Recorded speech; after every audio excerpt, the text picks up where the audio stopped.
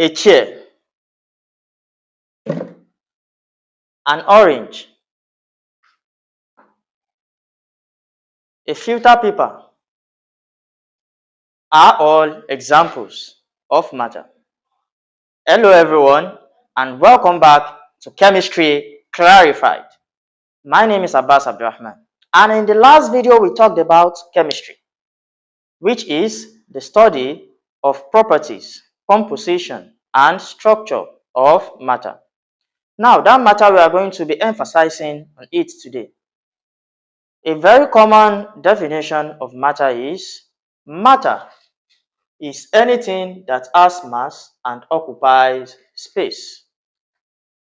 So for anything to be matter, it has to have a mass and occupy a specific amount of space. That mass is usually measured in a laboratory with a balance. But in industrial settings, where they have to measure bigger things, like a truck coming in and a truck going out, for them to measure the mass, they may need a weigh bridge, so to measure bigger mass. But in essence, the mass is the amount of matter contained in a body. Again, mass is the quantity of matter contained in a body, and you measure it with a balance, don't forget. Now, as we have said earlier that chemistry is the study of matter. How do we study matter in chemistry? We can start from the general knowledge that everybody has about matter, which are the states of matter. Basically, we have three states of matter, which are the solid, the liquid, and gas. And ice and wood are examples of solid. Water and gasoline, a regular glass of water that I can drink, and the gasoline, the petrol that we put inside our car, are examples of liquid. The water vapor, the steam coming out when you boil water, and the oxygen that we breathe in are examples of gases. And those are the three states of matter. Now, we are quickly going to talk about change of states. Sometimes a substance can exist in the three physical states. That is, at some point, it could be solid, and then with some increase in temperature, it could become liquid, and then with further increase in temperature, it may become a gas. That is, matter sometimes may switch between the states of matter that we have. Now, let's look at a quick example on the change of states. We have iced block. If we put water inside a freezer, it is going to become iced block. It is going to become iced.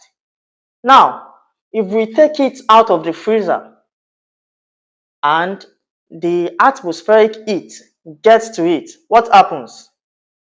It starts to melt. So when the temperature rises up to 0 degrees Celsius, it will melt, and then it will become liquid water that we can drink, right? So, and that is melting. It is a change of state from solid ice to liquid water. And now, if we heat that water more, let's say we put it on a stove, or we just allow it to sit and it starts to evaporate. At the end of the day, it will become water vapor, steam, right?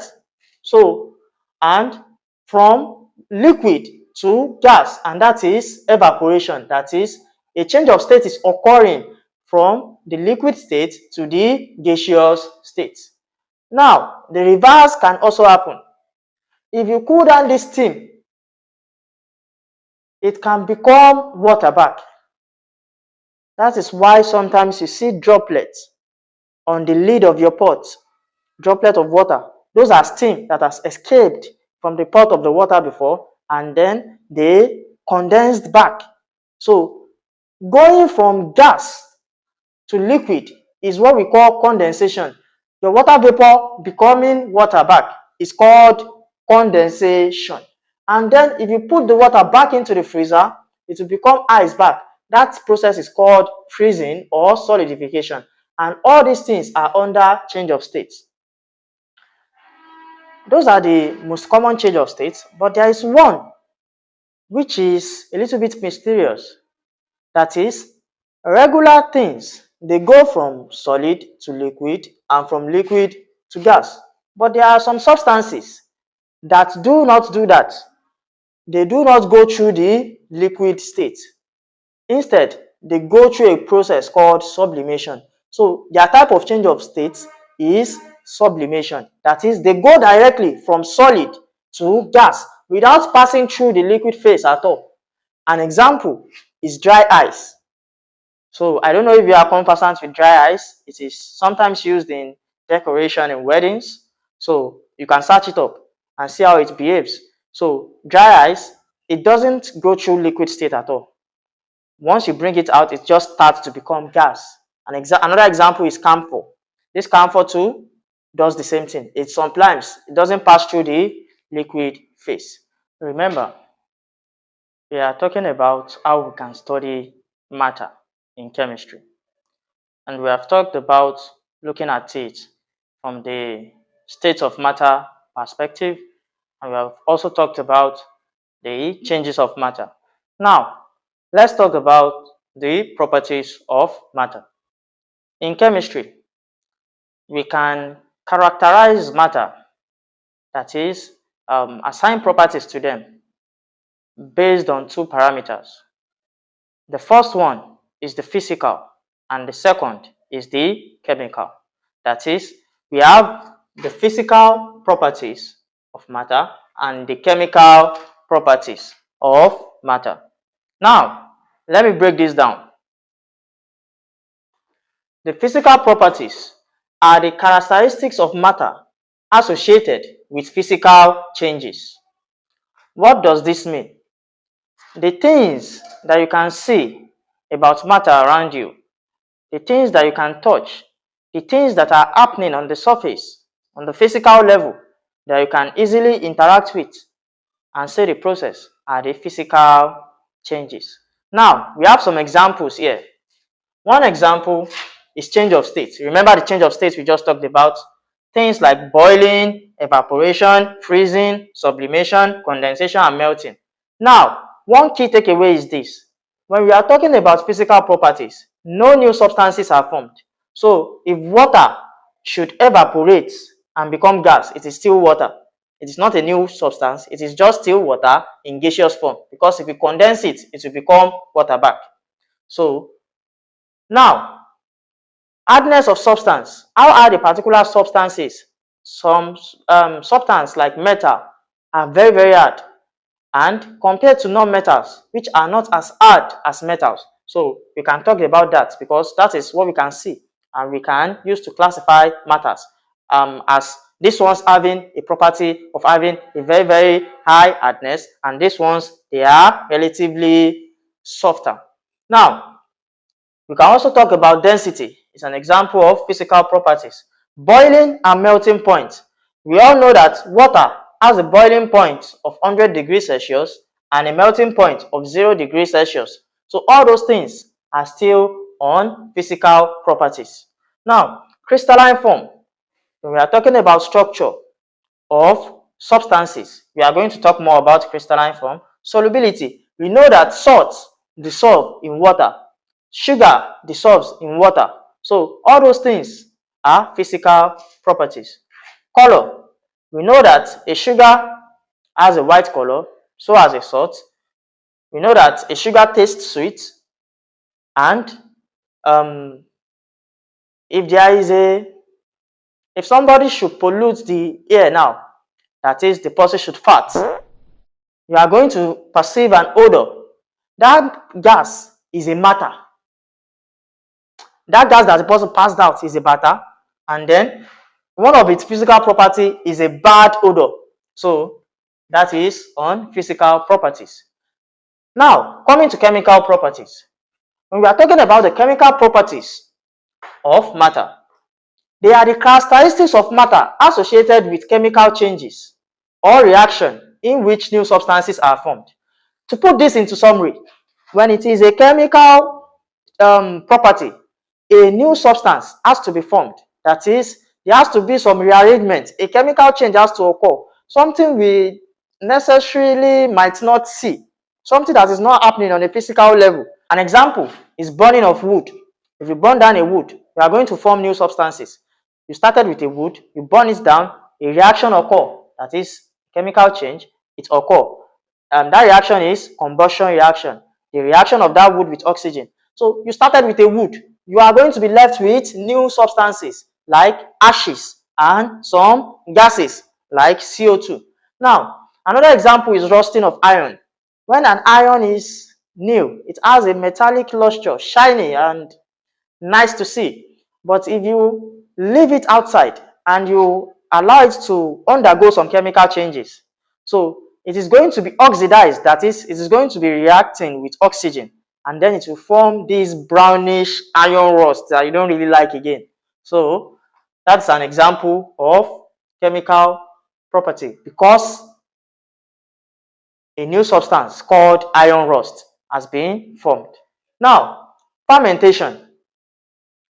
Fermentation, like when you have your flour and then you add yeast to it for it to ferment. So your flour and water is going to undergo some reaction to form the dough, a swelled up flour, which differs to the flour that you started with in taste and everything. So you have formed a new substance entirely. Now, a rotten leaf, a fresh green leaf, when it's rotten, it becomes a new substance entirely. So also, when your food goes bad, the taste and everything about it just changes. It becomes a new substance entirely. Decay of substances, when a substance decay, something that was fresh, if this orange should decay now, it is not going to look like this. It will have a very deep brown and some black color, and you will not like to see it. So it will become an entirely different object. Electroplating. Um, if you have ever seen a golden spoon, so most of them are not actually golden spoon, but a spoon that has been covered with a layer of gold. So covering things like that with a layer of gold, a layer of silver, maybe to beautify it or to prevent it from rusting. Maybe the original material of that particular substance is iron, and you don't want that iron to rust, so you cover it with another material. So things like that, chemical changes are occurring, and then you are forming new substance. So those are chemical properties. Now, physical properties and chemical properties can also be used to explain physical changes and chemical changes. Physical changes are the changes that occur on the physical level and no new substances are formed, while chemical changes are the changes that occur when new substances are produced. If you have been following along, you would have noticed that we are trying to follow a pattern in the definition of chemistry that says chemistry is the study of the properties. We have talked about properties of matter, structure. We are yet to talk about structure, and we are not going to talk about structure in early videos. We are going to learn about structures later in chemistry. And now we want to talk about composition of matter, because chemistry is the study of properties, structure, and composition of matter. What are matter made of? What are the things that are made of matter? So that is what we are going to be discussing now. Now, matter can be a pure substance or an impure substance.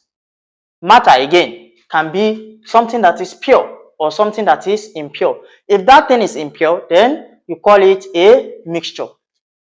So matter can either be a pure substance or a mixture. Now, that pure substance can be subdivided into two. We have elements and compound. If something is an element, that means it's an example of a pure substance. And if something is a compound, that means it is an example of a pure substance. Now, if you are conversant with decorative balloons, all these balloons that are filled with a special type of gas. We call that gas helium. So that's a very good example of an element. Helium is an element in chemistry. So, and it is represented by He. He. This is its symbol. He. That is helium. So it's an element in chemistry and it is a pure substance. So if it is not mixing with anything, it has not been contaminated with anything. Pure helium is an example of element.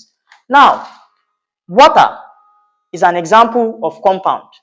But in chemistry, we don't write water the normal English way.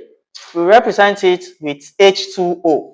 So if you are not familiar with what H2O means, now you have to learn something in chemistry. At least you can start writing some fancy chemistry. So know that H2O stands for water. H2O stands for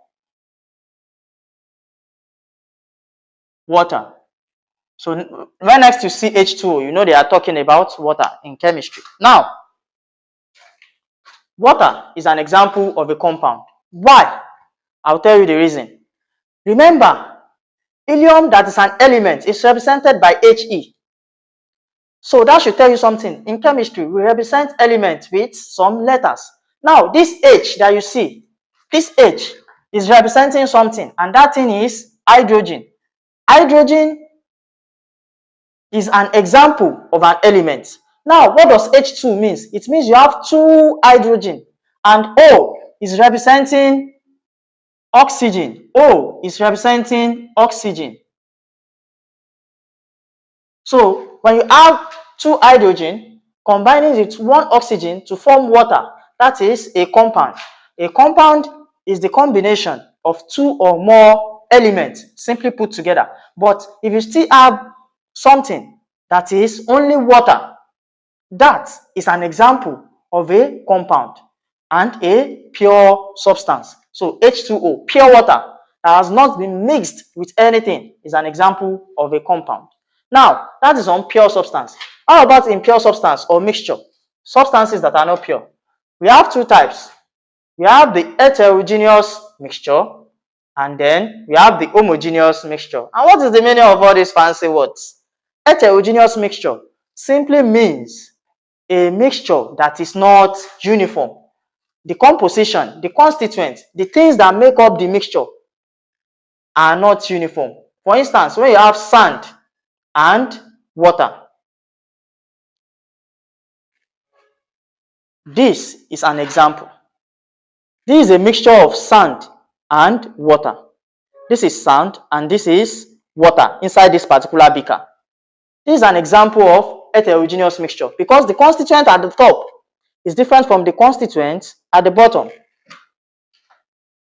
Now, if I have tea, unfortunately I don't have tea here, but I have another thing here, which is water mixed with table salt. You know, salt will dissolve in water. The salt has dissolved in the water and now it looks uniform, like it is not a mixture. It looks like it is not a mixture, yet it is a mixture. This is an example of homogeneous mixture because if I put a straw inside this particular water and sip it from the bottom, so I'm going to feel the same taste as sipping it from the top. It is uniform. Everything has mixed together. The salt and the water has mixed up. So another example of heterogeneous mixture is a beef soup. If I take a spoonful, sometimes there might be meat there, sometimes it might be just stew. So also another example here is salt and water, which we have talked about. Now, let's just run through some definitions. Now you understand what an element is. An element is something that is standing alone, like it is a pure substance. It is so pure that only one element, only one type of atom is present in that particular substance. So another example is iron. If you have an iron bar and it is only pure iron, it is made of only pure iron. That is another example of an element. Now, let's run through these definitions. An element is a substance that cannot be split into simpler units by an ordinary chemical reaction. What do they mean by this? Although an hydrogen, which is an example of element, and oxygen, which is another example, helium, which are examples of elements, normally you cannot split them. That is, you cannot break them further. That is the simplest units they can exist in. But that is only if you are talking about ordinary chemical reaction. If you put them in a nuclear reactor, you might be able to break them further. But we are not talking about nuclear chemistry now, so I'm not going to go further than that. Now, a compound, which is also an example of a pure substance, is a substance which has two or more elements chemically combined together. And a good example is water, which has two elements, hydrogen and oxygen, that are chemically combined together. So that makes it a compound. And a mixture is a compound, is a substance which consists of two or more elements that can be easily separated by physical methods. What do they mean by that? This particular mixture has water and sand, and if I want to separate this, I can put a filter paper and allow the water to flow through. So only the water is going to flow through, the sand will not be allowed to flow through. At the end of the day, I will have my water back and my sand back. So that is an example of separating the constituents by physical method. Also, this salt and water, if I should put it inside a pot and I put the pot on fire, at the end of the day, all my water will evaporate and I will be left with my dry salt. So with physical method, I can get back the constituent of this particular mixture, which is the salt and water. So that is on mixture. Now, the homogeneous mixture, as I've explained, they have uniform constituents, and the heterogeneous mixture, they have non-uniform constituents like the sand and water. So that will be all for this video. In the next video, we are going to be probing more into what kind of ways, what kind of techniques we can use to separate these impure substances, this mixture. How can we actually separate them physically? So in the next video, we are going to be looking at separation techniques. Thank you for watching. If you like videos like this, don't forget to subscribe to this channel, like this video, share this video to your learning group, and see you in the next video.